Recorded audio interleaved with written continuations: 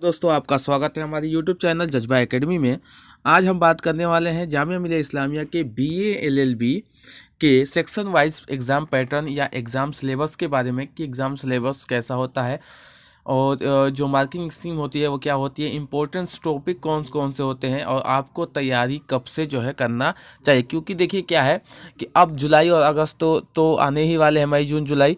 तो आपको तैयारी किस हिसाब से करना है, आपकी तैयारी कैसी होनी चाहिए जिससे आपका सिलेक्शन बेहतर हो सके। मैं आपको बताऊंगा कि किस हिसाब से आपको तैयारी करना है और जो है बखूबी इस चैनल से आपको वीडियो अब मिलेंगे। क्योंकि मैं कुछ दिनों से नहीं था इस जगह पे और काफ़ी वीडियो मैं बनाता हूँ, एक दो वीडियो, तो उसमें आपको बताता हूँ कि मैं नहीं हूँ यहाँ दिल्ली में नहीं आ पा रहा हूँ या मतलब वीडियो नहीं बना पा रहा हूँ। लेकिन अब जो है फ़िलहाल मैं आ चुका हूँ, तो इसमें लिए वीडियो बनाना और आपकी तैयारी के लिए जो भी रास्ता सही हो वो आपको बताना हमारा फ़र्ज़ है, जो हमारा चैनल का वादा है। तो शुरू करते हैं हम लोग वीडियो कि एग्ज़ाम जामिया मिलिया इस्लामिया का जो है BA LLB जो है सिलेबस कैसा रहता है और किस हिसाब से आपको पढ़ना चाहिए। क्योंकि कोई भी एग्ज़ाम हो, सबसे पहले क्या होना चाहिए कि एग्ज़ाम देने से पहले उसके सिलेबस को जानना बहुत ज़रूरी होता है। तभी हमें एग्ज़ाम का पता चलता है और क्या हमें पढ़ना है और कैसी तैयारी होनी चाहिए। एग्ज़ाम कैसा होता है, प्रीवियस पेपर क्वेश्चन के हिसाब से या टॉपिक क्या होना चाहिए। क्योंकि ना ये जब चीज़ ना पता हो तो ये समझ लीजिए कि अंधेरे में जैसे आप लोग तीर लगाते हैं, कोई भी तीर धनुष लगाता है वो उसी के हिसाब से होता है कि अंधेरे में तीर चलाने जैसा हो जाता है। तो सबसे पहले हम बात कर लेते हैं कि जामिया मिलिया इस्लामिया का जो है BA LLB का सिलेबस क्या है और कौन कौन से क्वेश्चन टॉपिक से कितना क्वेश्चन आते हैं और कितना नंबर का मार्क्स होता है। ठीक है, यहाँ आप देख सकते हैं कि जो legal language English including comprehension, तो ये जो है ये एक जो है इंग्लिश का होता है और इसमें कम्प्रीहेंस होता है, जैसे पैसेज से जैसा टाइप होता है। आपको class 11th and 12 basic class में बता रहा हूँ, क्लास 11 एंड 12 का जो है आपको इंग्लिश कम्प्रीहेंशन का जितने भी टॉपिक है वो आप लगाइए। और बाकी हमारा जो फ़र्ज़ है कि हम आपको test series, test paper, mock test वो कराते रहेंगे। ठीक है, और जितना हो सके इसका भी हम सब्जेक्ट का जो है आपको बेसिक नॉलेज प्रोवाइड करा सके तो इस चैनल से करा देंगे। ठीक है, नंबर 30 नंबर का क्वेश्चन होता है। नंबर ऑफ क्वेश्चन कितने होते हैं? 30 क्वेश्चन होते हैं। मार्क्स कितने होते हैं? 30 होते हैं, क्योंकि एक क्वेश्चन 1 मार्क्स का होता है। ठीक है, उसके बाद हम बात कर लेते हैं, नीचे आपको दिख रहा होगा general knowledge and current affairs. अब जनरल नॉलेज में कौन कौन सी चैप्टर आएंगे, जनरल नॉलेज की हम लोग बात कर लेते हैं, जो चीज़ हम थोड़ा सा बेसिक आपको लेके चलेंगे। उसके बाद 30 नंबर का ये भी होगा और 30 क्वेश्चन भी इसके होंगे। ठीक है, उसके बाद legal aptitude and legal reasoning जो है 40 मार्क्स का होगा, 40 नंबर के होंगे।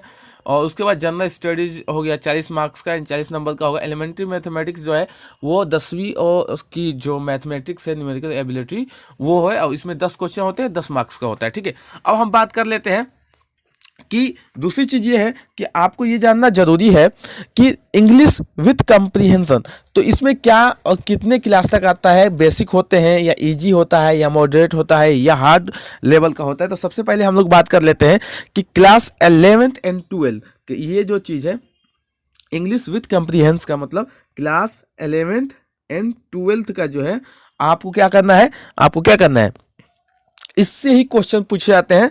और मोस्टली जो है क्लास 11th एंड 12 से ही क्वेश्चन पूछे जाते हैं। इजी होते हैं, कुछ मॉडरेट भी होते हैं ज़्यादातर।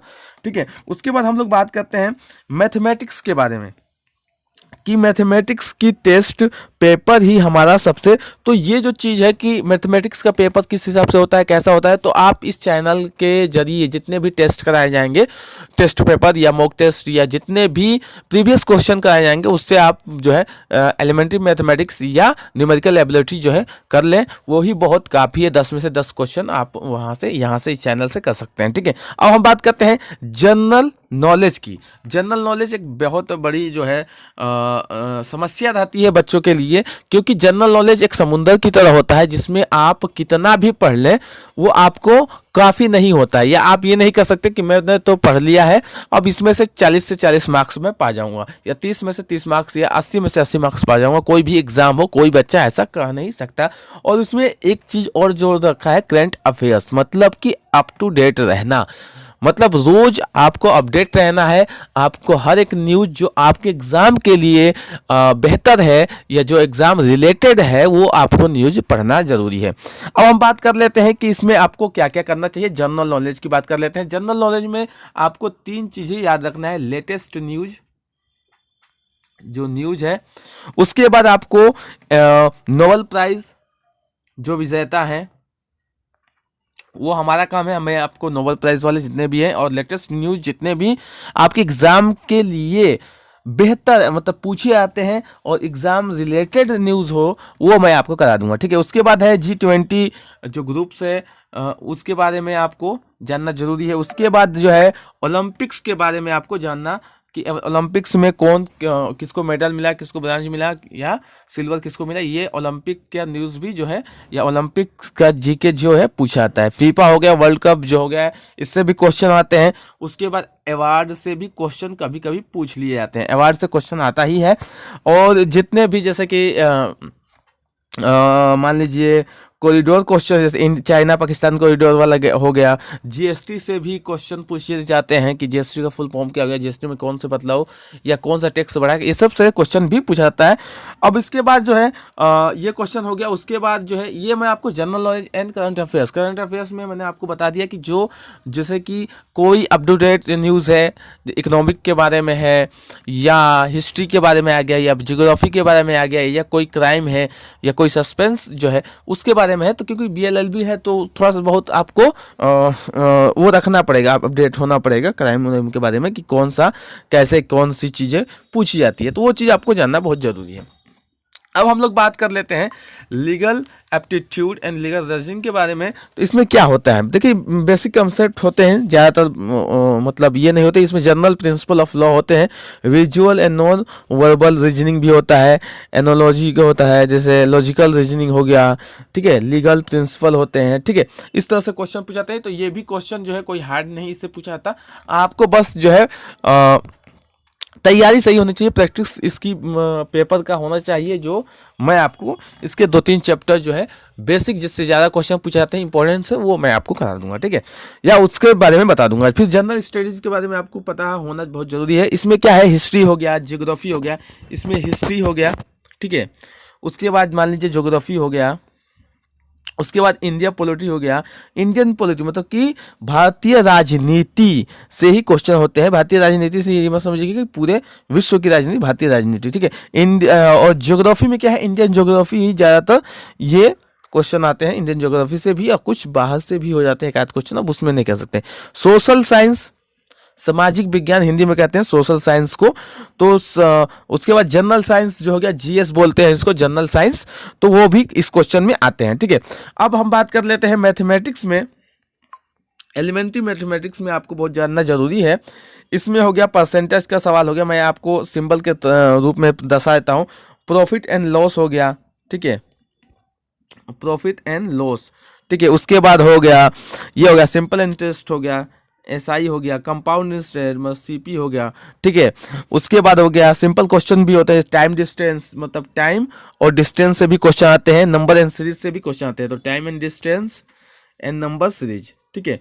ये क्वेश्चन जो है वो मेन चीज है जो आपको जानना जरूरी है। अब हम बात कर लेते हैं मार्किंग स्कीम के बारे में कि मार्किंग स्कीम कैसा होता है इसका।